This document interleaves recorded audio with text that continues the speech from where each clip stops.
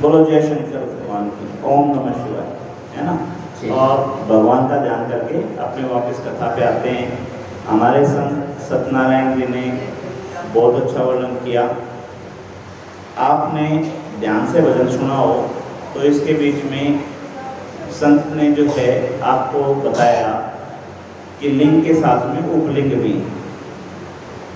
तो किसको समझ में ना आए कोई दिक्कत नहीं। एक बात आपके समझ में आ जाए, कोई भी आपका जीवन का उद्धार हो जाएगा। और हर रोज जो है कथा में मैं बार बार पूछता हूँ, आज फिर पूछ रहा हूँ, पूरी कथा में आपको अगर अपने जीवन का उद्धार करना हो तो आपको क्या करना चाहिए? इस कथा से क्या पकड़ा आपने? नमस्कार, ठीक है। मैं समझता हूँ मेरी कथा सफल हो गई। परमात्मा जो है नहीं, एक के नहीं, सबके समझ, ठीक है ना। और नमः शिवाय का जाप भी कब करना चाहिए और कैसे करना चाहिए? हाँ जी, कब और कैसे करना चाहिए? किसी भी समय करो, काम करते वक्त करो। और कैसे करना चाहिए? अपनी जीवा को लॉक लगा दो, ताला लगा दो। ताला कैसे लगेगा? जीभ जो है तालू के साथ में भिड़ा दो। मतलब आपका ध्यान जो है वो ये रहे कि परमात्मा का नाम ले लें, नमः शिवाय नमः शिवाय नमः शिवाय, और उसका उच्चारण करना जरूरी नहीं है। अपनी जीभ को लगा दिया ताला, ये लग गया, और मन में चलता रहे नमः शिवाय नमः शिवाय। आप दूसरे पापों से बच जाओगे कि कौन आपके बारे में क्या कह गया और क्या नहीं कह गया, किसने आपके बारे में क्या सोचा क्या नहीं सोचा। इन व्याधियों से आप बच जाओगे। और जो हमने साधना वाली कहानी सुनाई थी, अगर आप बाहर की दुनिया से कट गए तो आपकी लो परमात्मा से लग जाएगी, और जब आपकी लो परमात्मा से लग जाएगी तो जाने अनजाने आपकी साधना पूर्ण हो जाएगी। परमात्मा जो है आपके ऊपर कृपा करेंगे। और साधना क्या है? आपको पूर्वाभास होने लगेगा। कोई काम होना है, कोई गतिविधि होनी है, उसका आपको पूर्वाभास होना है। और पूर्वाभास कब होगा? जब आप बाहर से कट के अपने से जुड़ोगे। और अपने से जुड़ने का मंत्र क्या है? नमः शिवाय। और दूसरा तरीका क्या है?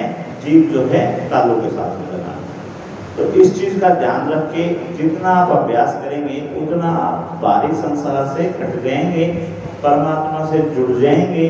काम करते समय परमात्मा में लो रहेगी आपकी, और होने वाले अच्छे बुरी चीजों का आभास आपको रहेगा। और जितनी भी कहानियां हमने सुनी, अभी शिवलिंग की कहानियां सुनी आपने, तो उसमें क्या क्या वर्णन आया? वर्णन ये आया कि दैत्य जो हैं, महाराज जी ने भी बताया अभी कि दैत्य जो हैं वो पुण्य कर्म करने वालों को, यज्ञ हवन करने वालों को परेशान करते थे। उनके यज्ञ जो हैं वो दूषित करने की कोशिश करते थे। और उस समय जिनका ध्यान भगवान में लगा होता था उनकी सुरक्षा भगवान अपने हाथ में ले लेते थे, और उनकी सुरक्षा करने के लिए वो प्रकट होते थे। और जब प्रकट होते थे तो उनके लिंगों की स्थापना होती थी। ऐसे ही उपलिंग की जो वर्णन किया संत ने, वर्णन किया बागोट जगह का, दादरी के पास जगह है बागोट।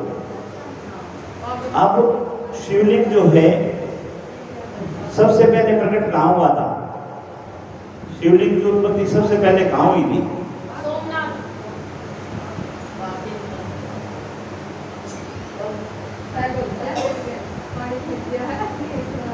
जब ब्रह्मा ये खोजने चला गया कि मैं अकेला इस दुनिया में हूं या और भी कोई है, तो वो कमलनाथ से नीचे उतर के आए, विष्णु दिखाई दिया। विष्णु को देखते ही क्या कहा? वो तेरे को पैदा करने वाला मैं हूं। और तेरे को पैदा करने वाला मैं हूं, तो मैं तेरा पिता हुआ। तो कहते हैं पुत्र मैं तुम्हारा पिता हूं और तुम मेरी पूजा करो। अब विष्णु ने कहा कि आंख खोल के देख, मेरी नाभि में से एक कमल निकला हुआ है, इसके ऊपर तू बैठा है, तो तेरी उत्पत्ति करने वाला मैं हूं, मैं तेरा पिता हूं। दोनों को ये पता ही नहीं कि भगवान विष्णु जिस सागर के अंदर विराजमान है, वो सागर किसके ऊपर रुका हुआ है। वो सागर जो है भगवान के त्रिशूल के ऊपर रुका हुआ है। उसका वर्णन ही नहीं, वहां तक कोई पहुंच ही नहीं पाया। तो दोनों में जब ठनकी कि मैं बड़ा और मैं बड़ा, तो वो भगवान शंकर के पास पहुंचे और भगवान शंकर जो हैं उन्होंने कहा कि भाई देखो, जो पहले आया वो बड़ा, ये पहले कौन आया था हमें पता नहीं, तो इसका समाधान यूं करो, मैं ज्योतिर्लिंग बन जाता हूं। ज्योतिर्लिंग मतलब प्रकाश, प्रकाश बन गए वो। और कहा कि भाई एक जना ऊपर चला जाओ, एक जना नीचे चला जाओ, जिसको पहले छोर मिल जाएगा वो बड़ा। ध्यान है ना, एक कहानी सुनाई थी अपने। तो विष्णु भगवान बड़ा अवतार लेके नीचे उतर गए और ये अंश रूप में ऊपर उड़ चले। छोर दोनों में से किसी को नहीं मिला। ऊपर आकाश में कहीं केतकी का फूल मिल गया, उसने उनको भ्रमित कर दिया ब्रह्मा जी को, और उन्होंने आके घोषणा कर दी कि मुझे ज्योतिर्लिंग का छोर मिल गया। तो छोर मिल गया तो विष्णु भगवान जो हैं उन्होंने उनको पैर पकड़ लिए और कहा भाई मैं तो छोर ढूंढ नहीं पाया, तूने ढूंढ लिया तो तू बड़ा। ब्रह्मा को बड़ा मान दिया।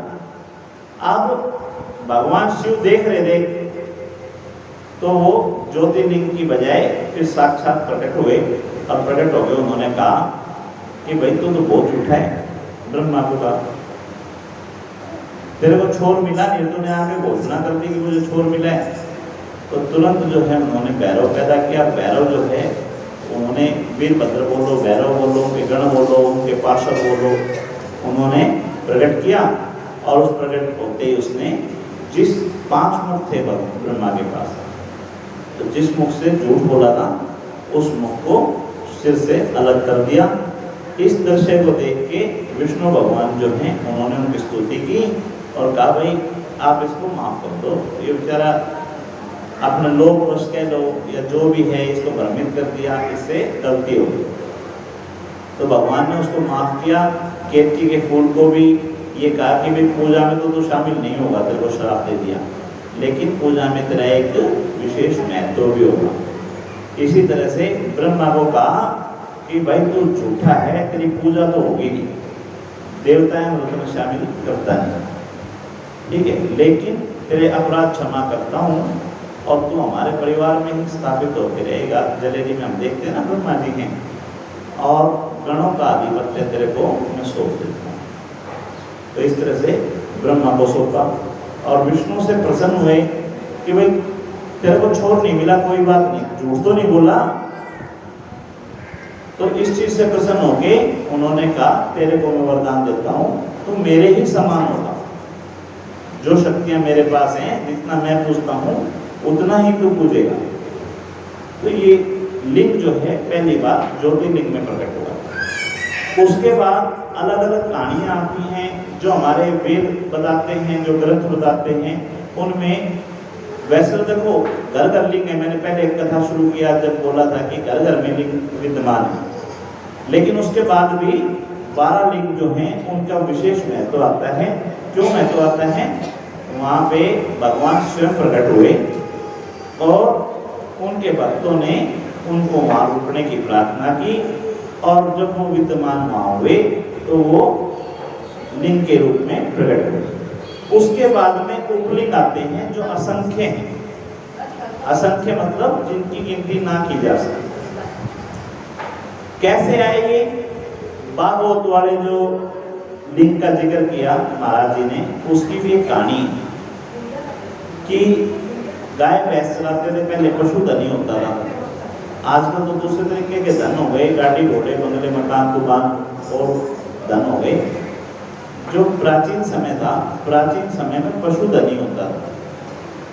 कि अगर नंद बाबा की बात करोगे तो वो भी उपाधियां थी कि किसी के पास इतनी गाय होंगी तो इसको ये बोला जाएगा, जिसके पास इतनी गाय होंगी तो उसको ये बोला जाएगा। तो नंद जो है नाम नहीं था भगवान कृष्ण के पिता का, उनकी उपाधि थी कि इतनी गाय वो रखते हैं। और ऐसे ही जो अपने किशोरी हैं राधा माँ, उनके पिता भी एक उपाधि के नाम से जाने जाते हैं, विश्वभानु, जो वो विश्वभानु बोलते थे। हाँ, तो वो भी एक उपाधि थी कि इनके पास इतनी गायें। और नंद से बड़ी उपाधि थी वो। जितने भी हमारे भजन वगैरह आते हैं उसमें राधा माँ वर्णन करती है कि भाई तेरे से ज्यादा गाय ले रही हूं मैं, कहते तू चौड़ा बन जाओ, ठीक है ना। तो भगवान को कई बार धमकाती है इस बात के ऊपर, भाई तेरे से ज्यादा राजा हूँ, तेरे से ज्यादा बड़े हम घराने से हैं, इतनी गाय हमारे पास में है, ऐसा कई बार वर्णन आता है। तो ये उपाधियां थी और पशुधन होते थे। तो ऐसे ही पशुओं को चराने के लिए चरवाहे होते थे। अब जिस आदमी के पास हजारों लाखों गाय हैं, वो खुद तो चराने जाएगा नहीं, तो वो रखता था ऐसे चरवाहे जो गायों को जंगल में लेके जाते थे घास फूस चराने के लिए। और वहाँ पे उन्होंने देखा कि गाय माता जो है उसका दूध अपने आप निकल रहा है। तो इस आश्चर्य को देख के वहाँ पे खोदी गई जमीन खोदी, तो वहाँ पे साक्षात लिंग जो है वो प्रकट हुए थे। तो जब इस तरह साक्षात लिंग प्रकट होते हैं, उनको उपलिंग की संज्ञा दी गई। एक तो भगवान ने खुद आके अपने आप को प्रकट किया, एक अपने आप से प्रकट हो गए और आप लोगों ने खोजे, और तीसरा आपने स्थापना की। ठीक है, तो इस तरह से लिंग जो है, तीन तरह से लिंग आते हैं। और स्थापना भी जो है वो संत ने की, ब्राह्मण ने की, या किसी अन्य जाति ने की, इस तरह से। उसके बाद भी उसके पास पानी का स्रोत है या नहीं है। भगवान फल तो सभी का देते हैं, लेकिन कुछ चीजें हैं जो अपना प्रभाव दूर तक रखती हैं। होलिका मंगलती है, होलिका मंगलती सबने देखी ना हमने, तो उसकी तपत कहाँ तक होती है? दूर तक होती है ना। अब घरों में हम चूल्हा यूज करते हैं, चूल्हा जलाते हैं, तो चूल्हे की तपत कहाँ तक होती है? और इसी तरह से जोत जलाते हैं, तो जोत की तपत कहाँ तक होती है? तो सबसे उत्तम लिंग जो है वो कौन सा माना? द्वादश लिंग तो है ही भाई, भगवान खुद साक्षात प्रकट हुए और अपना वहाँ पे उन्होंने रूप छोड़ा, तो वो तो है ही, उनका तो वर्णन ही नहीं है। उसके बाद में जितने भी लिंग हैं उनमें सबसे श्रेष्ठ, सबसे उत्तम लिंग जो हैं वो माने जाते हैं जो स्वयं प्रकट हुए। जैसे हमारे संत ने बताया भागवत के अंदर, भागवत में वो लिंग जो है स्वयं प्रकट हुए थे। उसके बाद में कौन से उत्तम माने जाते हैं? जो संतों द्वारा उत्पत्ति, संतों द्वारा विराजमान किए जाते हैं। भाई मेरा मन किया, मैंने शिवलिंग की स्थापना कर दी, मेरे को कोई रोक के थोड़ी ना कहा। भगवान तो भूतों के भी नाथ हैं, पिशाचों के भी नाथ हैं, नागों के भी नाथ हैं, देवताओं के भी हैं, दैत्यों के भी हैं। भोलेनाथ तो सबके नाथ हैं, कालों में महाकाल हैं। तो उनके यहाँ ये तो है नहीं कि शूद्र इसकी स्थापना नहीं करेगा या ब्राह्मण स्थापना करेगा। कोई भी स्थापना कर सकता है, और वो बेल रूप में भी स्थापना कर सकता है, और वो बड़ी आकृति के रूप में भी स्थापना कर सकता है। फल भगवान सबका देंगे। भगवान सूक्ष्म, अगर मान लो हमने स्थापना भी नहीं कर रखी और मन में भी पूजा करते हैं, अंगूठे को भी अगर शिवलिंग मान लेते हैं, तो उसका भी फल मिलेगा। लेकिन श्रेष्ठ की बात जब आती है, जो हमारे यहाँ डिग्रियां बोलते हैं इंग्लिश में, गुड बेटर बेस्ट, कि कौन सा अच्छा है, कौन सा उससे अच्छा है, और कौन सा सबसे अच्छा है। तो सबसे अच्छा जो है जब शिवलिंग वहाँ स्वयं प्रकट होता है, उसके बाद जो संतों द्वारा रखा गया है और उसके पास में जल स्रोत है। देखो उपमा मतलब जो है वो करनी नहीं चाहिए एक दूसरे के साथ में। हम डाबर कॉलोनी में बैठे हैं, ज्योतिर्लिंग हमने भी स्थापित कर रखा है यहाँ पे, नहीं ज्योतिर्लिंग शिवलिंग हमने भी स्थापित कर रखा है यहाँ पे। शिवलिंग अपने डाबर में कपिलनाथ जी के यहाँ भी है, लेकिन वहाँ पे जल स्रोत है, तो उसकी जो रेंज है वो ज़्यादा है और हमारी रेंज जो है वो कम है। लेकिन हम सौभाग्यशाली हैं, काशी के बाद में हमारी भिवानी भी छोटी काशी के रूप में आती है। इंटरनेट से जानते हैं ना बच्चे? हाँ भाई, यहाँ बच्चे कितने बैठे हैं? बढ़िया इंटरनेट जानती है ना? क्या होता है इंटरनेट? आजकल ये भी जाने हैं सारी फेसबुक तो लाओ। चलो नहीं, ये इस्तेमाल करना जाने बहन नन्नू को नहीं बेचारिया ने भाई इंटरनेट हो। चलो कोई बात नहीं, मैं बता देता हूँ, किसी को भी पता है कोई बात नहीं, या यूं लगाओ, सुन लगा लो। रोहतक यहाँ से कोई जानकार है किसी का? आपका जानकार है ना? अगर बेटा मेरे को रोहतक कोई काम हो और मैं तेरे से मिलूं तो मेरा वहां सहायता होगी नहीं होगी? ये इंटरनेट है। छोटे छोटे नेटवर्क जो हैं वो मिलके एक बड़ा नेटवर्क बन गया, उसको बोलते हैं इंटरनेट। तो हमारी भिवानी में डंग डंग पे शिवलिंग हैं और किसी की कम रेंज है, किसी की ज्यादा रेंज है। तो हमारा पूरा भिवानी जो है वो शिव क्षेत्र है, कहीं कम और कहीं ज्यादा का तुलना ही नहीं है भाई। कहने का मतलब यूं लगा लो, कपिलनाथ जी का डेरा अपने से कितनी दूर है? एक 500 मीटर होगा। चलो जो भी है, सुनो जो भी है, उनके क्षेत्र पे इतना प्रभाव है कि वो आदि भिवानी को पाप मुक्त कर सके।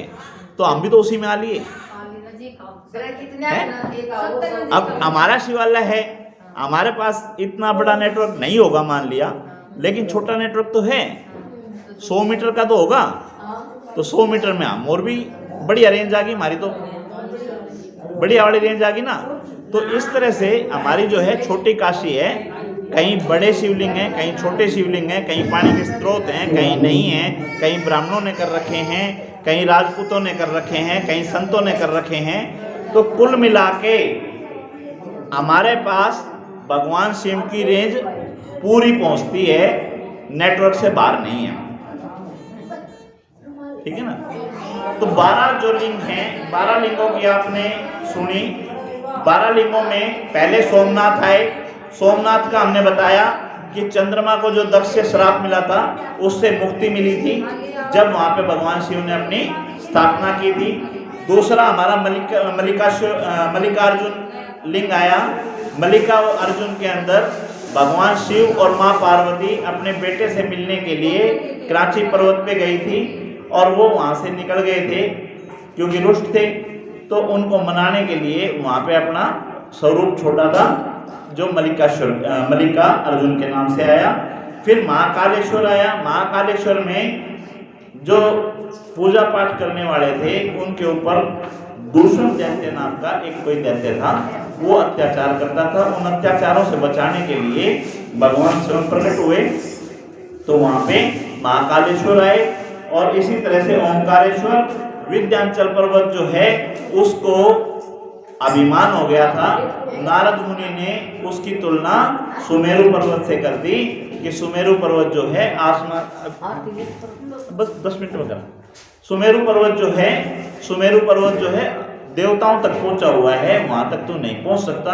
तो वो बेचारे अपने आप को श्रेष्ठ साबित करने के लिए उन्होंने भगवान शिव से प्रार्थना की और भगवान शिव ने प्रसन्न होकर उन्हें वहाँ अपना रूप दिया और आशीर्वाद दिया कि जो यहाँ आएगा उसकी सभी मनोकामनाएं पूर्ण होंगी। तो इस तरह से उसके बाद में केदारनाथ के अंदर जो हमारे द्वापर के अंदर अर्जुन और कृष्ण आए, वो पहले नर और नारायण के रूप में उन्होंने पूजा की थी और नर नारायण से प्रसन्न होकर वहाँ भगवान ने अपना स्वरूप दिया, जिसको हम केदारनाथ के नाम से जानते हैं। फिर भीम शंकर के नाम से, भीम शंकर के अंदर हमने देखा कि भीम नाम का एक दैत्य था, जिसके पिता कुंभकर्ण थे। कुंभकर्ण और कुंभकर्ण के दूसरे जो भाई थे, उनका वध राम जी द्वारा हुआ। राम जी भगवान विष्णु के अवतार थे, इसलिए उनकी माँ ने विष्णु के प्रति द्वेष भर दिया उनके, और विष्णु से बदला लेने के लिए उन्होंने ब्रह्मा की उत्पत्ति की, ब्रह्मा की पूजा की। ब्रह्मा की पूजा से उन्होंने विष्णु को प्रताड़ित किया, और ऐसे ही जो विष्णु भगत थे या शिव भगत थे, उनको प्रताड़ित करना शुरू किया। शिव जी ने अपने भगत सुदीक्षण की रक्षा के लिए वहाँ पे दर्शन दिए और वहाँ स्थापित हुए। वहाँ से भीम शंकर लिंग के रूप में स्थापित हुए। ऐसे ही विश्वेश्वर लिंग की स्थापना हुई। विश्वेश्वर लिंग के अंदर ब्रह्मा को जब उत्पत्ति का काम सौंपा, तो ब्रह्मा के समझ में नहीं आ रहा था, उनको शिव शक्ति के रूप में दर्शन दिए, उनको ज्ञान दिया कि पुरुष और प्रकृति मिलके सृष्टि की रचना करेगी। वहाँ पे जो है काशी के अंदर उन्होंने इसका अपनी स्थापना की। उसके बाद में त्र्यंबकेश्वर के नाम से आते हैं। त्र्यंबकेश्वर के अंदर गौतम अहिल्या की कहानी मैंने आपको सुनाई। गौतम अहिल्या ने जिन ऋषि मुनियों को अपने साथ बसाया था, उन्होंने द्वेष की भावना से गणेश जी की पूजा करके और उनको दोष लगा दिया गौ हत्या का, और गौ हत्या के दोष से बचने के लिए उन्होंने भगवान शंकर की पूजा की। भगवान शंकर ने प्रसन्न होकर वहाँ पे अपना रूप दिया। भगवान शंकर से उन्होंने प्रार्थना की। जैसे मैंने बताया कि पहले पशुधन को महत्व दिया जाता था, ऐसे ही आज भी आप जानो या ना जानो, जल की महत्वता बहुत अधिक है। आप रेलवे स्टेशन पे जाते हो, बस स्टैंड पे जाते हो, आप देखते हो 20-20 रुपए का 1 लीटर लेके पानी पीते हो आप।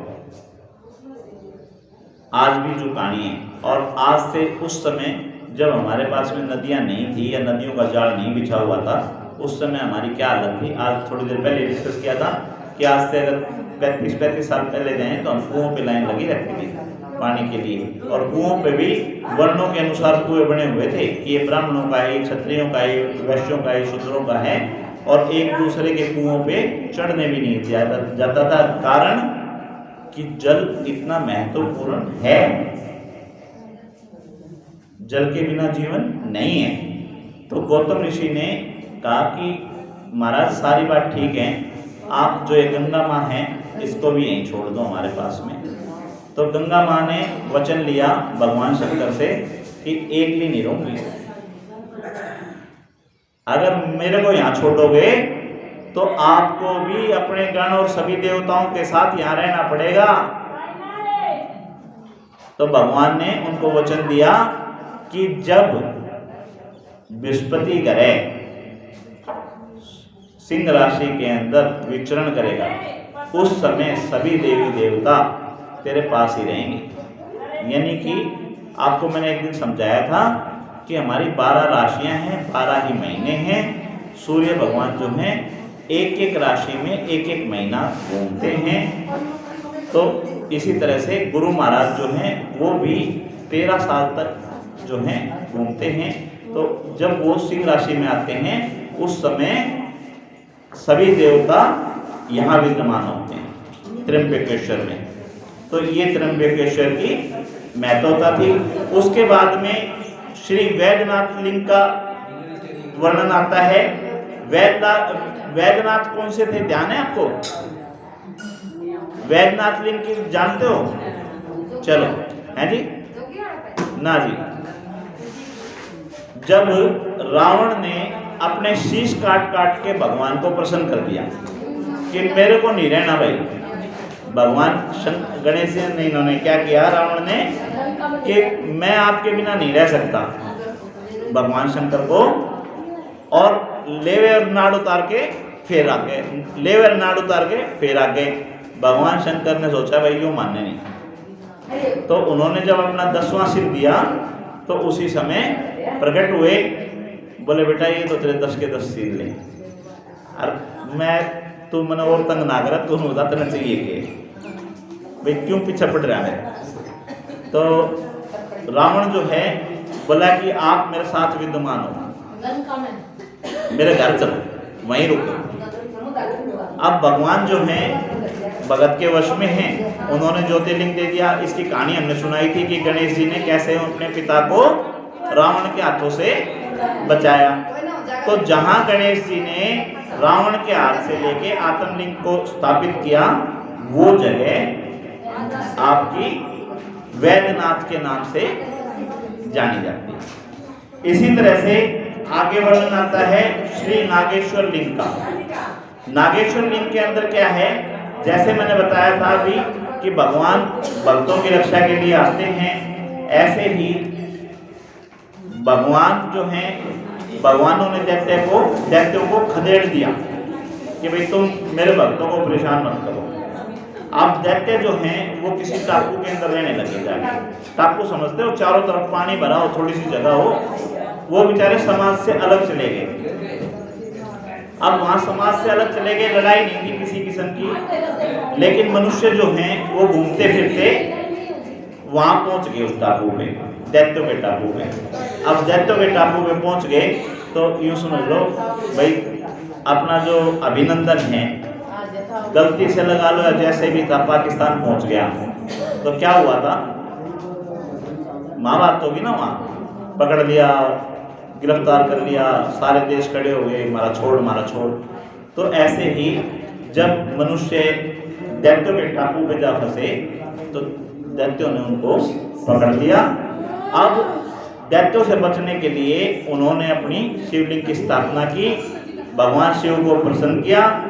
जब उनको प्रताड़ित कर रहे थे, उनको बचाने के लिए भगवान शिव प्रकट हुए और जो मुख्य दैत्य थे उनका संहार किया। उस संहार के बाद में दैत्यों की पत्नियां जो थी उन्होंने हाथ जोड़ दिए कि भाई यूं तो बता दो हमारा कसूर के, हम इनके क्षेत्र में नहीं गए, ये जबरदस्ती हमारे क्षेत्र के अंदर आ गए, हमने इनको पकड़ लिया, हमने गलत क्या किया था? भाई आपके भगत हैं, ठीक है, हमने क्या गलत किया था, हमारे क्षेत्र में आए क्यों ये? तो समाधान ये निकला कि भगवान वहाँ अपना रूप छोड़ आए, जिसको हम नागेश्वर के नाम से जानते हैं, और वरदान दे आए कि भाई सारे राज्य खुशी रहो और इस क्षेत्र के अंदर कोई भी आओ मेरे दर्शन करेगा उसका कल्याण हो। ऐसे भगवान ने वहाँ पे नागेश्वर की स्थापना की। ऐसे ही 11वें लिंग जो हैं रामेश्वर के नाम से आते हैं। हम सब ने देखा जब रावण सीता माता को ले गया और भगवान राम उनको बचाने के लिए गए तो समुद्र पे जाके उनके समझ में नहीं आ रहा था आगे कार्रवाई क्या करें। तो उन्होंने शंकर भगवान को मनाया और वहाँ कहा कि आपके बिना मेरी गति नहीं है, रावण आपका अनन्य भगत है, आपकी सारी कृपा उनके ऊपर है, जब तक आप मुझे साथ नहीं दोगे जब तक मैं रावण का वध नहीं कर पाऊंगा। इसलिए उन्होंने भगवान शिव की उपासना की, उनका लिंग स्थापित किया और भगवान शिव जो है वहाँ प्रकट हुए और अपना रूप वहाँ छोड़ा। समुद्र के किनारे जो है आप तमिलनाडु के अंदर ये रामेश्वर लिंग की स्थापना हुई। ऐसे ही 12वां लिंग आता है, अंतिम लिंग जो है वो भूमेश्वर के नाम से आता है। उसमें एक ऋषि थे भारद्वाज गोत्र था, सुधमा ऋषि। उनकी एक पत्नी थी गुष्मा, उसकी बहन बांस थी और गुष्मा को पुत्र जो है प्राप्त हुआ और उस पुत्र की शादी हुई। शादी हो गई, उसकी पत्नी आ गई। अब जो उसकी मौसी थी लड़के की, वो उससे ईर्ष्या करती थी अपनी बहन से। मैंने बताया ना कि दो बहनें भी आपस में ईर्ष्या करती हैं, ये स्त्रियों का गुण है। दो भाई इकट्ठे रह सकते हैं लेकिन दो बहनें उनको इकट्ठे नहीं रहने देती। तो वो दोनों बहनों में ईर्ष्या हो गई कि इसके दो पुत्र भी है, ब्याह भी हो गया, सारी चीजें, मेरा पुत्र नहीं। उस द्वेष में उसने गुष्मा के पुत्र को रात को काट दिया और काट के नदी में बहाया। इस बात की चर्चा जब हुई, गुष्मा ने भगवान शंकर के ऊपर विश्वास किया और उन बातों को मिथ्या माना। और जब वो नदी में शिवलिंग प्रवाहित करने गई तो वहाँ पे देखा उनका बेटा जो है वहाँ खेल रहा था। उन्होंने भगवान का धन्यवाद किया, भगवान प्रकट हुए, भगवान ने कहा कि ऐसे ऐसे हो गया था, मैं तेरे बेटे को वापस जीवन दान दे रहा हूँ। उन्होंने उनका धन्यवाद किया और वहीं लिंग की स्थापना हुई। और भगवान के लिंग जहाँ पे स्थापित हैं उनके दर्शन मात्र से ही कल्याण। बोल शंकर भगवान की जय। इस तरह से 12 लिंगों की कहानी जो है पूर्ण होती है। और समय के अभाव है, ना भगवान की कथाएं पूर्ण हो सकती हैं, ना भगवान स्वयं भाई उनको, ये तो आप देखते हो ना, शंकर भगवान की तो परिक्रमा भी पूरी नहीं होती, आधी परिक्रमा होती है, तो कथाएं कैसे पूरी हो सकती हैं। ये तो हर रोज पर्चे देते हैं किसी न किसी रूप में, चाहे वो बाबा किशोरी के रूप में आए, चाहे वो कपिलनाथ जी के रूप में आए, चाहे वो अशोक गिरी जी के रूप में आए, वो किसी भी रूप में आए, वो रूप बदल के हमारे बीच में रहते हैं। तो आज हम यहीं विश्राम करेंगे।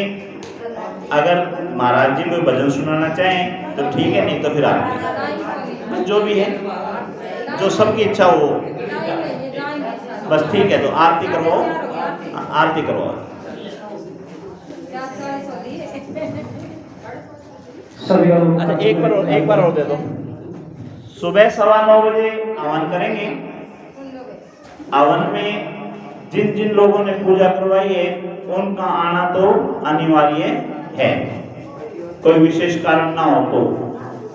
और जिन बहनों ने कलश उठाए थे या जिनने नहीं उठाए थे, जो कलश लेके जाना चाहती हैं वो सुनीता बहन जी से संपर्क कर लेंगी। और कलश का महत्व क्या है मैं आपको कई बार बता चुका हूँ। वरुण देवता को साक्षी माना जाता है और जिस चीज को साक्षी मानते हैं सारा तप उनके अंदर आता है। तो ये जो जल है, जल के अंदर सारी कथा का तप है। और ये जिस घर में छिड़के जाते हैं वहाँ के दोष जो हैं अपने आप स्वतः ही दूर हो जाते हैं। जो बहनें कलश ना भी लेके जाना चाहें वो जल लेके जाएंगी और कल जो हवन होगा हवन की आहुति लेके जाएंगी, दोनों को मिला के अपने घर में छिड़केंगी, उससे जो है उनका कल्याण होगा।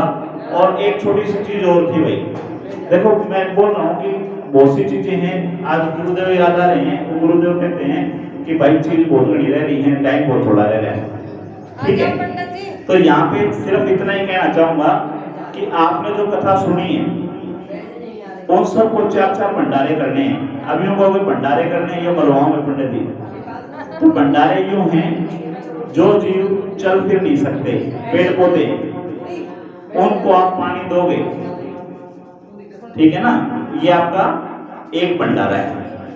जो जमीन के नीचे कीड़ी मकोड़े हैं उनको आटा चीनी दोगे, ये आपका दूसरा भंडारा है।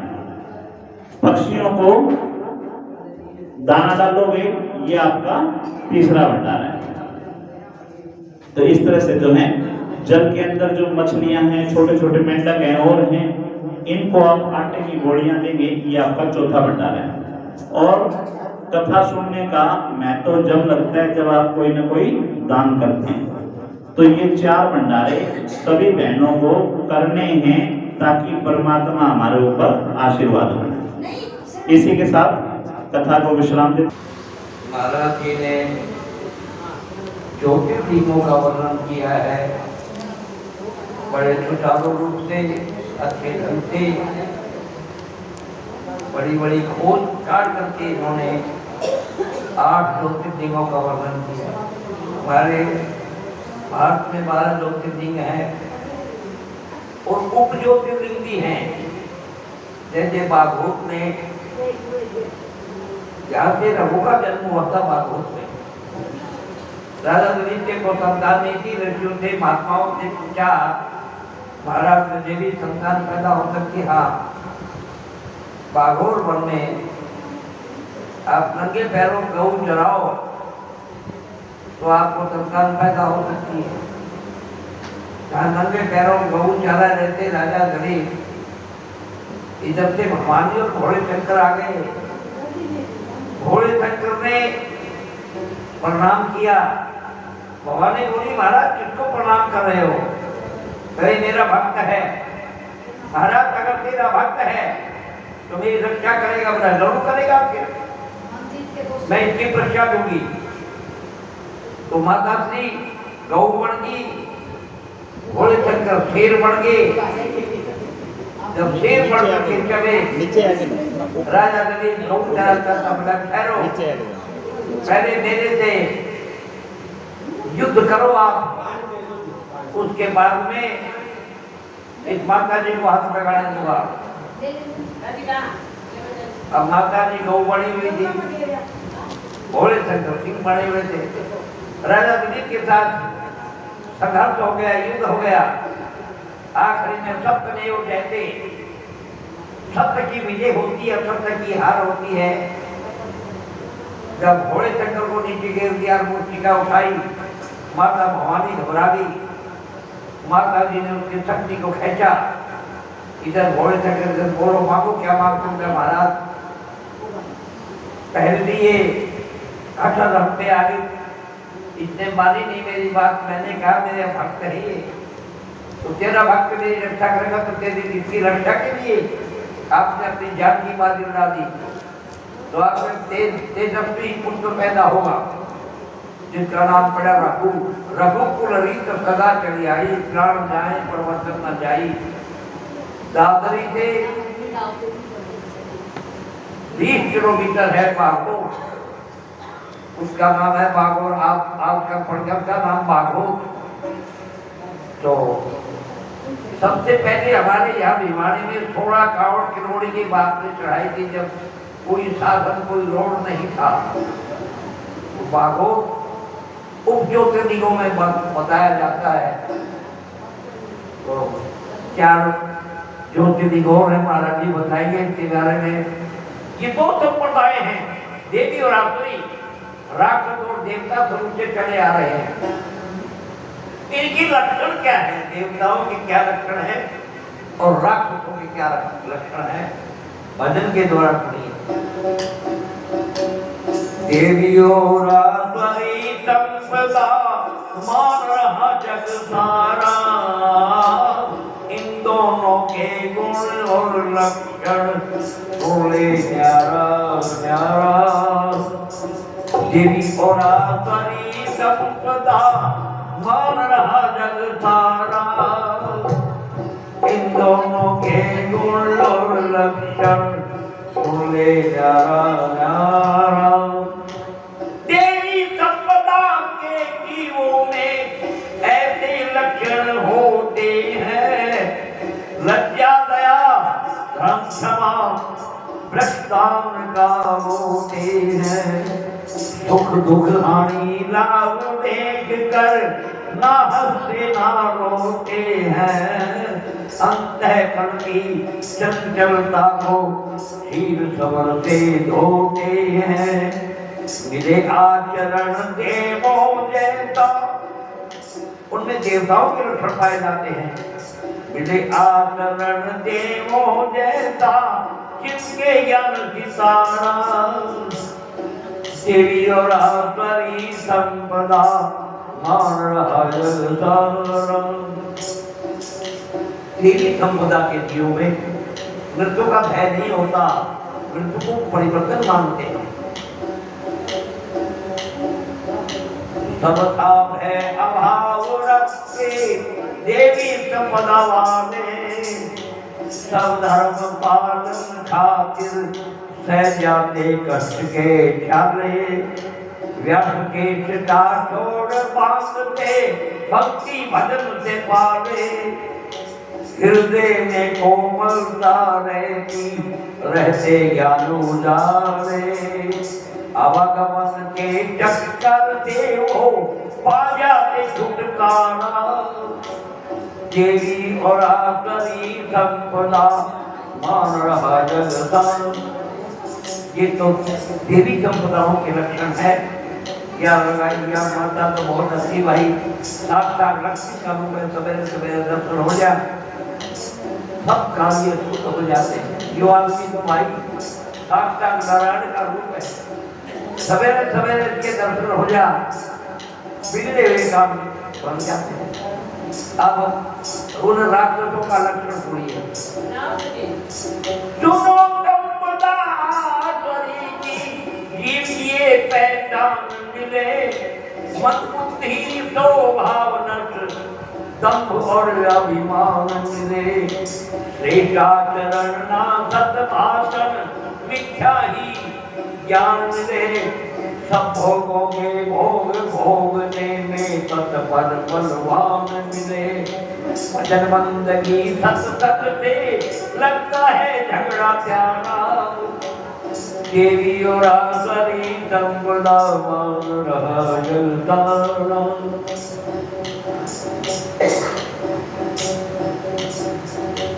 बारंबार नरक मिलता जो होके पापाचारी पाखंड बद अहंकार लोभ मोह क्रोध कामना भारी आध्वरी क्या जाने पश्चात कृत मुरारी स्वर्ग कहाँ जब बुरे कर्म में खो दे जिंदगी सारी धर्मपाल मुक्ति मिलती लेकी का ज्ञान सहारा देवी और आसरी दम्बुड़ा मान रहा जगतारा भगवान राम को लेने के लिए आ गए क्योंकि उस टाइम ऋषियों की यज्ञ नहीं होने दिया करते थे उसमें जानवर डाल देते थे ऋषियों को मार करके डाल देते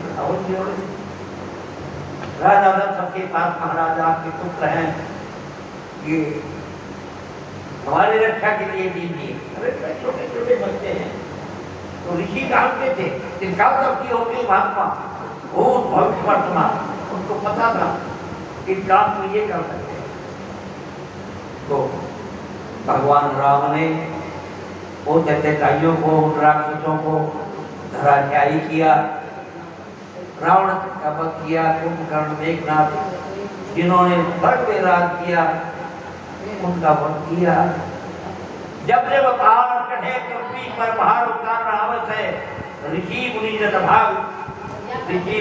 भक्त के कारण भगवान जब पृथ्वी पर पहाड़ पड़ जाता है तो भगवान किसी न किसी रूप में आते हैं और प्रण का प्रचार करते हैं भगवान की बोल बाबा मेहदास महाराज की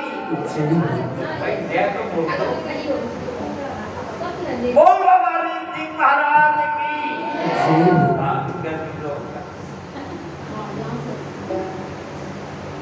सीताराम सीताराम सीताराम कहिए जाई विधि राखे राम जाई विधि रही हो जाई विधि राखे राम जाई विधि रही बोलो सीताराम सीताराम कहिए जाई विधि राखे राम जाई विधि रही जोर लगा के बोलो बेटा मुख में हो राम नाम राम सेवा हाथ में मुख में हो राम नाम राम सेवा हाथ में तू अकेला नहीं प्यारे राम तेरे साथ में तू अकेला नहीं प्यारे राम तेरे साथ में विधि का विधान याद विधि का विधान याद अमिताभ सहिए जय विधि राखे राम बोलो सीताराम सीताराम सीताराम कहिए जय विधि राखे कहते छोटे बच्चे को माँ कभी अकेला नहीं छोड़ती उसके इर्द गिर्द रहती है काम कहीं भी करे उसकी सुनती उसका ध्यान बच्चे में रहता है ऐसे ही भगवान अपने भक्त को कभी अकेला नहीं छोड़ते उसकी रक्षा के लिए तत्पर रहते हैं किया अभिमान तो फिर मान नहीं पा अभिमान तो फिर मान नहीं पाएगा। होगा प्यारे वही जो श्री राम जी को भाएगा। होगा प्यारे वही जो श्री राम जी को भाएगा। फल आश त्याग शुभ कर्म करते रहिए। जय विधि राधे राम ताई सीताराम सीताराम सीताराम कहिए। जय विधि राधे राम ताई जाहि विधि राधे राम ताहि विधि रहिए। ये जीवन हमारे हाथ में नहीं है, जीवन परमात्मा का। जिंदगी की डोर तो हाथ दीनानाथ के। जिंदगी की डोर तो हाथ दीनानाथ के। महलों में रखे चाहे झोपड़ी में वास दे। महलों में रखे चाहे झोपड़ी में वास दे। हमने बाद निज विवाह हमने बाद निज विवाह राम राम कहिए। जय विधि राखे राम ताहि विधि रहिए। ओ जय विधि राखे राम ताहि विधि रहिए। आशा एक राम जी की तुझी आशा छोड़ दे। आशा एक राम जी से दूधी आशा छोड़ दे। नाता एक राम जी से दूजा नाता तोड़ दे। नाता एक राम जी से दूजा नाता तोड़ दे। साधु संग राम रंग साधु संग राम रंग अंग अंग रंगिए। काम रस त्याग प्यारे राम रस भगिए। सीताराम सीताराम सीताराम कहिए। जाहि विधि राखे राम ताहि विधि रहिए। कृष्ण गोविंद हरे मुरारे हे नाथ नारायण वासुदेव। श्री कृष्ण गोविंद हरे मुरारी हे नाथ नारायण वासुदेव। हे नाथ नारायण वासुदेव। हे नाथ नारायण वासुदेवा। श्री कृष्ण गोविंद हरे मुरारी हे नाथ नारायण वासुदेव। कृष्ण गोविंद हरे मुरारी हे नाथ नारायण वासुदेव। सृष्टि सब रचने से पहले शब्द पैदा हुआ है। शब्द से सृष्टि की रचना हुई। तो सतयुग में आदमी की उम्र 1 लाख वर्ष। मेरी माताओं की 1 लाख एक बिंदी हटकी। त्रेता युग में 10,000 वर्ष की उम्र आई। फिर एक बिंदी हटकी द्वापर में 1000 साल की उम्र आई। फिर एक बिंदी हटकी कलयुग में 100 साल की। अब आपके और हमारे 100 साल की उम्र है। हम 100 साल जीने का अधिकार रखते हैं। इसमें नियम है 25 साल रहे ब्रह्मचारी नशे विषय को त्याग करें। 25 साल रहे गृहस्थी आत्मसी की त्याग करें। 50 साल के बाद में 5 वर्ष हो जाए। 75 साल के बाद में संन्यास धारण कर दे। 100 वर्ष जीवन। अब मेरी उम्र 85 साल की 84 की होगी। 85 हो जाऊंगा। मुझे बच्चे की तरह तो दिखता है। और आवाज आपने सुनी है। इससे डबल भी आवाज हो जाती है कभी कभी। और किसी चीज की नहीं कमी नहीं, खाली भजन ये जरूरी है। भजन कभी न कभी कहीं न कहीं रोजाना हो जाए। तो कलयुग केवल नाम आधारा कुमर कुमर पर इतने ही पारा हमारे ऋषि महर्षि हम महाराज जी बहुत बड़ी बात भूल कर रहे हैं। हमारे जो पोडियम को कीर्तन करो मैं डुबकी लगा दूं समुद्र में।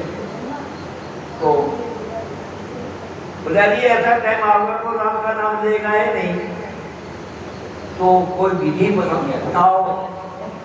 उन्होंने कलयुग के अंदर रचना रची बुआली राम राम। ओ बहन जी वो देर में सोती हमारी बहन जी हमारी बिटिया हमारा स्वागत करती है। ये हमारा स्वागत नहीं है, हमारे गुरु जी का है, हमारे राम जी का है, गीता माता का है। जय हो। कि भाई परंपरा में दादाजी बाबा मेहताब दास को क्या चीजें जमीन इनके दादा परदादाओं ने दे दी थी। आज मेहताब दास की ढाणी, मेहताब दास का चौक, मेहताब दास का मंदिर आज जो इसमें बैठे हैं ये विजय मेहताब दास की है। और भारतीय इससे कोई पैसा नहीं लगा, गरज पैसा कोई नहीं लगा। इनके हमारे रंजीत जी के कोई साथी थे, एक का बैठ जा 20-25 हजार रुपये के जवाब का उन्हें विचार कराया 20-25 हजार। हाँ इनमें 8-10 लाख रुपये बन जाएंगे। विचार कराया 8-10 लाख रुपया खत्म में लगा चुका। बाकी मेहताब दास ने नहीं चाहा, वहाँ नहीं ये मंदिर चालू हो गया, मंदिर बढ़ गया, वह फायदा ही कोई नहीं बढ़। तो दान पुण्य वही करेंगे जिन घरों होता आया, जिन घरों से दान पुण्य की रीति चली हुई है वो चलती रहे। सुखम ताबीर सोवते अवसर 1000 पीढ़ी तक नहीं बदलेगा। ये नियम है 1000 पीढ़ी तक। बहन का भाई का खून 1000 पीढ़ी तक वही रहेगा। बहन का भाई बाप का 1000 पीढ़ी तक। ये कम तासीर तो होती असर। जैसे आप 2 वक्त बैठोगे उसका असर आ जाएगा। जुआने के पास बैठोगे जुआ खेलने लग जाओगे, शराबी के पास बैठोगे शराब पीने लग जाओगे, गादा पीन जितने भी हीरोइन फिल्म जिनके पास संगति आपकी होगी उसका असर आ जाएगा। तो बहुत जरूरी बात है, इनसे बचना जरूरी। वो हमारे महाराज जी इन्होंने अभी तो डूबकी लग रही है। मुक्ति का कोई तो यतन कर ले, थोड़ा थोड़ा हरि का भजन कर ले, रोज थोड़ा थोड़ा हरि का भजन कर ले। मुक्ति का कोई तो यतन कर ले, कोई तो जतन कर ले, रोज थोड़ा थोड़ा हरि का भजन कर ले, रोज थोड़ा थोड़ा हरि का भजन कर ले। संगति कर अच्छे लोगों की, संगति कर अच्छे लोगों की, दवा मिल जाएगी सभी रोगों की, दवा मिल जाएगी सभी लोगों की। बहुमूल्य जीवन को चमन कर ले, बहुमूल्य जीवन को नमन कर ले, रोज थोड़ा थोड़ा हरि का भजन कर, रोज थोड़ा थोड़ा हरि का भजन कर ले।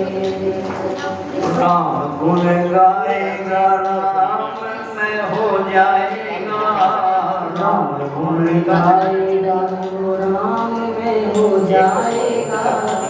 भक्ति से आत्मा का मैल धुल जाएगा, भक्ति से आत्मा का मैल धुल जाएगा। आत्मा के साथ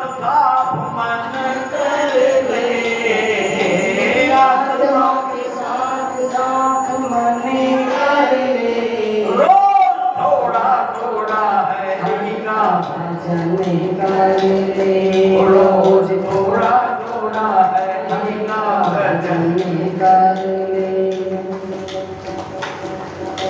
उन संतों की अमर कहानी, उन संतों की अमर कहानी, जो बोले मीठी वाणी, हरदम बोले मीठी वाणी, क्रोध को काया में दफन कर ले, क्रोध को काया में दफन कर ले, रोज थोड़ा थोड़ा हरि का भजन कर ले रोज थोड़ा थोड़ा हरि का भजन कर ले।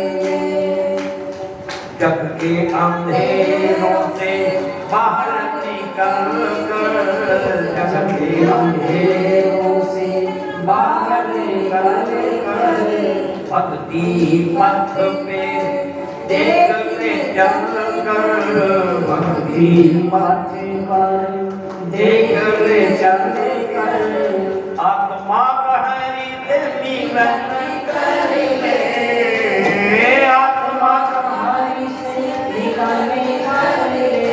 रोज थोड़ा थोड़ा हरि का भजन कर ले रोज थोड़ा थोड़ा हरि का भजन।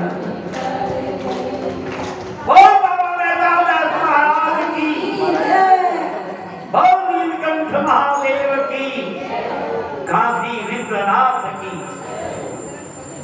सभी से प्रार्थना है, जब हमारे यहाँ 2 दिन का ठिकाना है, छोड़ के सब कुछ ही हमें मैया घर जाना है। आइए 2 लाइन जब तक भाई साहब करते हैं तो क्या कहा है, मीठी मीठी तालियों के साथ देते ओ माला मक्की जप लेना, 2 दिन का ठिकाना है, माला मक्की जप लेना, 2 दिन का ठिकाना है, छोड़ के सब कुछ ही तुझे मैया घर जाना है, छोड़ के सभी तुझे मैया घर जाना है। माला मक्की जप लेना, 2 दिन का ठिकाना है, माला मक्की जप लेना, 2 दिन का ठिकाना है। आया है अकेला तू, जाएगा अकेला रे, ओ आया है अकेला तू, जाएगा अकेला रे, ओ सोच समझ पगले, ओ सोच समझ क्या साथ ले जाना है, सोच समझ क्या साथ ले जाना है, ओ माला मक्की जप लेना, 2 दिन का ठिकाना है, माला मक्की जप लेना।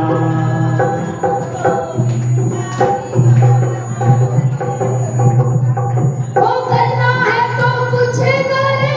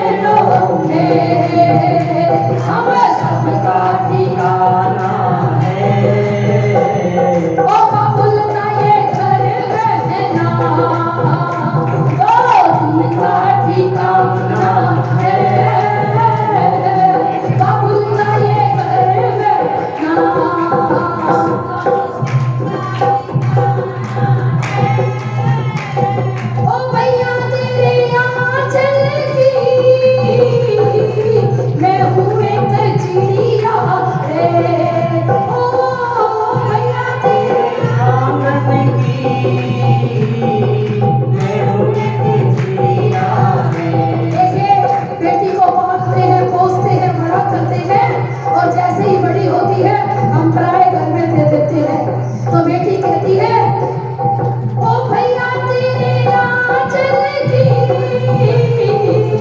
मैं हूँ एक चिड़िया रे ओ भैया तेरे आंचल की मैं हूँ एक चिड़िया रे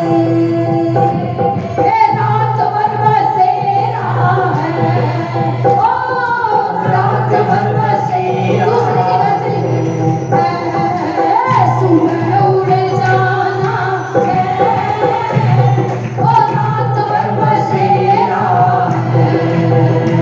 अरे सुबह उड़ जाना ओ भैया तेरे चरणों में हम सबका ठिकाना ओ भैया तेरे चरणों में हम सबका ठिकाना ओ सतगुरु महाराज की बोली शंकर भगवान की जय, बोली श्री वृंदावन बिहारी लाल की जय। बोली आइए एक छोटा सा भजन, और वो भजन कैसा है? वो भजन है उस माँ के लिए जो हमें पालती है, पोसती है, 9 महीने हमें अपने पेट में रखती है, वो क्या क्या तकलीफें सहती है। और ये सच्ची घटना है और हमारे हरियाणा की ही घटना है। एक बार एक माँ अपने बेटे को पालती है, पोसती है। एक एक सब ध्यान से सुनिएगा। एक माँ अपने बेटे को पालती है, पोसती है और उसको पढ़ने के लिए विदेश भेज देती है कि बेटा तू जा, पढ़ ले और कामयाब बन करके वापस लौट। अब वो बेटा अमेरिका चला गया। दिन गुजरते गए, बिना माँ को बताए वही शादी करके बस गया। और यहाँ माँ गांव में इंतजार कर रही है कि ना तेरे बेटे का फोन आया, वो किस हालत में होगा, उसने खाना खाया कि नहीं खाया होगा। अचानक उस लड़के का विदेश में व्यापार में नुकसान हो जाता है। अब नुकसान हो जाता है तो उसकी बीवी कहती है कि मैंने सुना है कि गांव में तुम्हारी बूढ़ी माँ रहती है और तुम्हारी माँ के पास कुछ जमीन भी है, तो तुम एक काम करो, तुम अपनी माँ के पास चले जाओ और उस जमीन को बेच करके जो हमें पैसा मिलेगा हम उस पैसे से अपना नुकसान पूरा कर लेंगे। पहले नहीं आया अपनी माँ के लिए, लेकिन अपने मतलब से वो अपनी माँ के पास आता है। अब माँ तो माँ होती है, जैसे ही अपने बेटे को देखती है भाग करके सीने से लगाती है, उसका माथा चूमती है कि मेरा बेटा आया है। उसने कहा कि माँ अब तू बूढ़ी हो गई है, तुझसे काम काज नहीं होता है, तो एक काम कर, ये जो गांव में हमारी जमीन है इसको हम बेच देते हैं और तू मेरे साथ अमेरिका चल, वहां मेरा खुद का घर है। अब माँ ने सोचा कि भैया बेटा लेने के लिए आया है तो चल, सारी जमीन बेच दी, पैसा बेटे के हाथ में दे दिया। एयरपोर्ट हवाई अड्डा जिसको बोलते हैं, वो अपनी माँ से कहने लगा कि माँ तू यहाँ बाहर बैठ, बस मैं अभी थोड़ी देर में टिकट लेकर के आया। अब वो माँ बाहर बैठी, 10 मिनट हुई, फिर ऐसे ही नजरी झुका के देखते ऑफिस की तरफ कि आया नहीं। फिर थोड़ा टाइम निकल गया, फिर उसने देखा कि काफी टाइम हो गया अभी नहीं आया। तो वहां पर एक चौकीदार बैठा हुआ था, उसने पूछा कि माँ तू बार बार ऑफिस की तरफ देख रही है, क्या देख रही है, कोई बात है तो बता। उसने कहा कि बेटे ऐसे ऐसे बात है, मेरा बेटा मुझे ले जाने के लिए आया था, टिकट लेने के लिए अंदर गया है लेकिन अभी तक आया नहीं है। उसने कहा कि माँ टिकट कितने बजे की थी? उसने कहा कि टिकट तो 11 बजे की थी। उसने कहा कि माँ अब तो शाम के 4 बज गए हैं, 11 बजे की फ्लाइट तो कब की जा चुकी है, वो आपको यहीं छोड़कर चला है। अब अगर उस माता की जगह कल को हमारी औलाद हमारे साथ ऐसा करे तो कैसा होता है? और वो माँ कैसे अपना दुखड़ा सुनाती है, एक एक शब्द सुनने का है, क्योंकि ये भगवान भी तब खुश होंगे जब हमारे जन्म देने वाली माँ खुश होगी, अन्यथा कितनी लाख पूजा करो ये नहीं मानने वाली। तो वो माँ कैसे अपना दुखड़ा सुनाती है, सुनिएगा क्या कहती हो माँ रोते हुए कि मन छोड़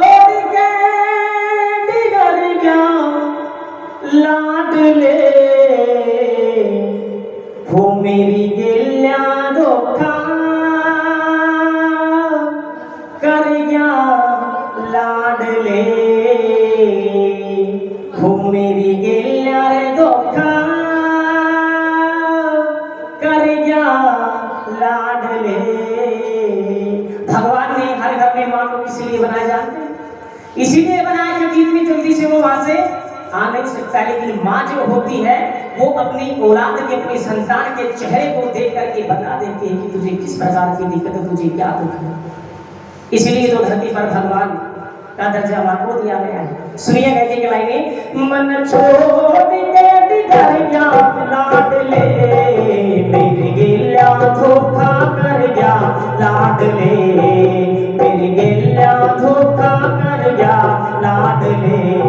ओ मन छोड़ के घर गया लाडले मेरी गिलिया धोखा कर गया लाडले मेरी गिलिया धोखा कर गया लाडले।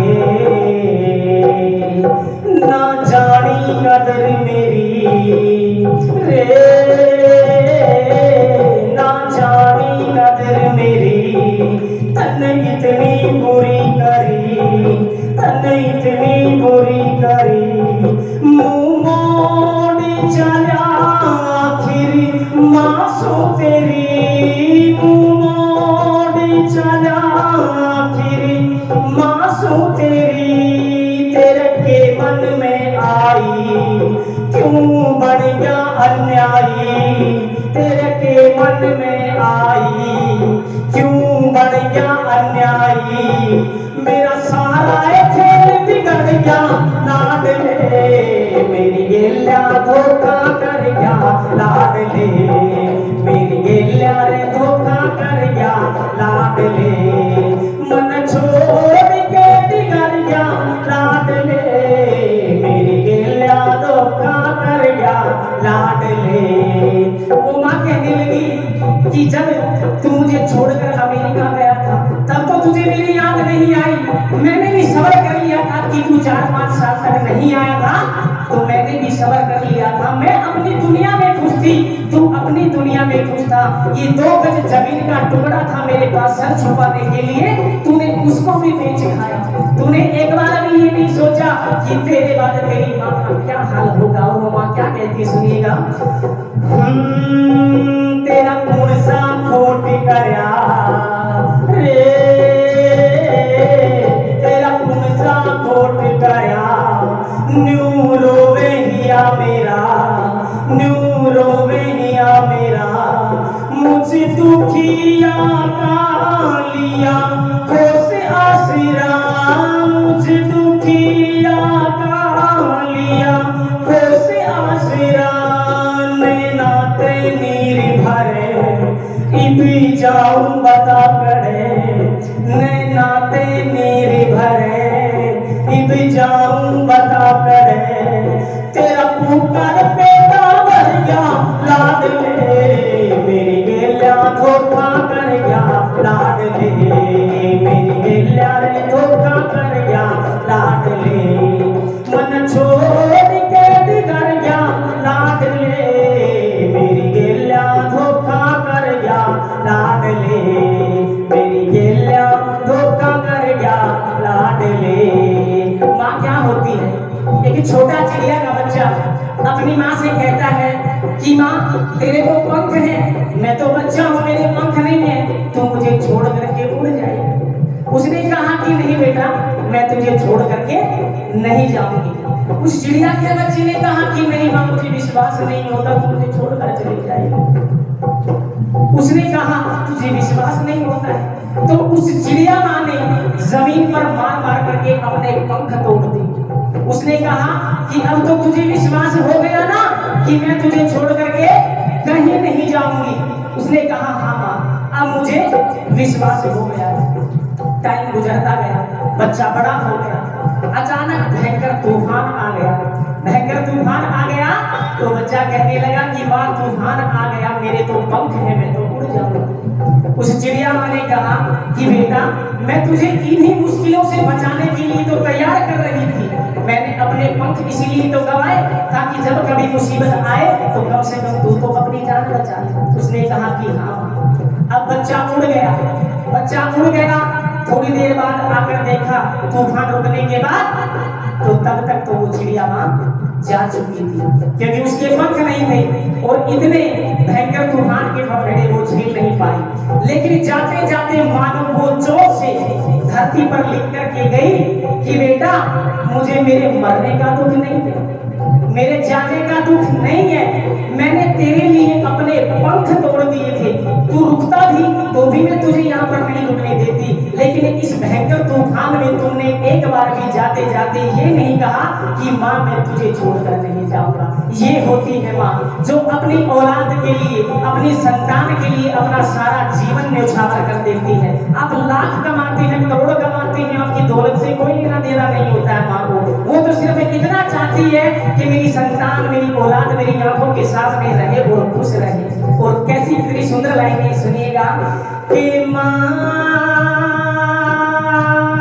तू सचमुच रानी है, माँ तू सचमुच रानी है, भगवान भी शीश झुकाते हैं, तेरी अमर कहानी है माँ,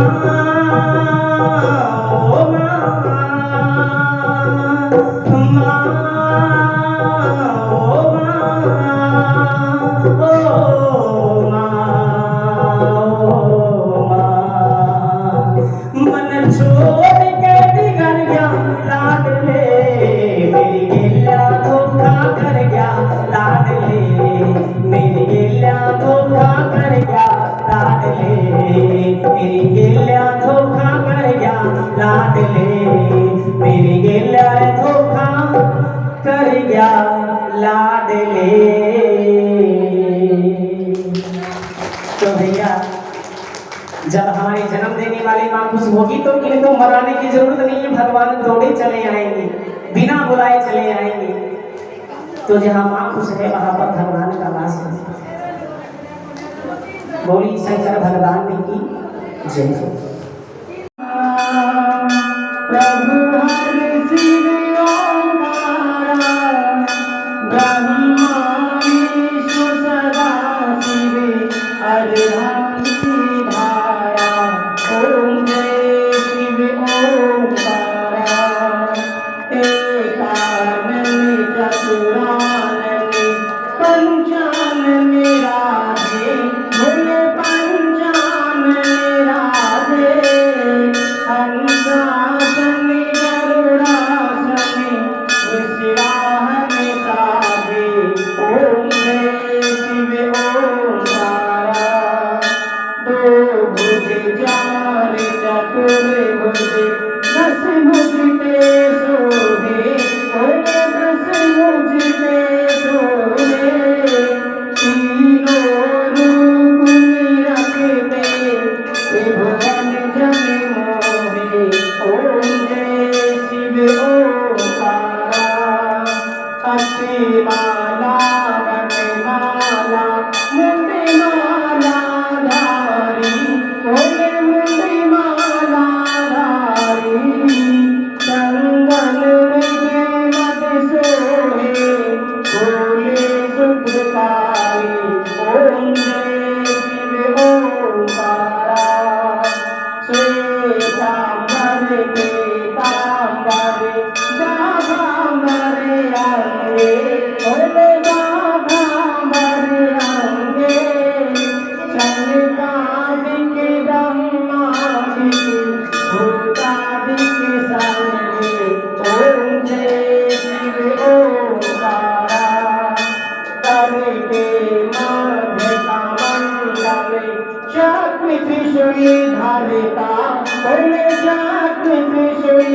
धारिता, जग करता जग भरता, जग पालन करता, ओम जय शिव ओंकारा, ब्रह्मा विष्णु सदा शिव, जानती अविवेका, भोले जानती अविवेका, परमाक्षर के मध्य तीनों नेता,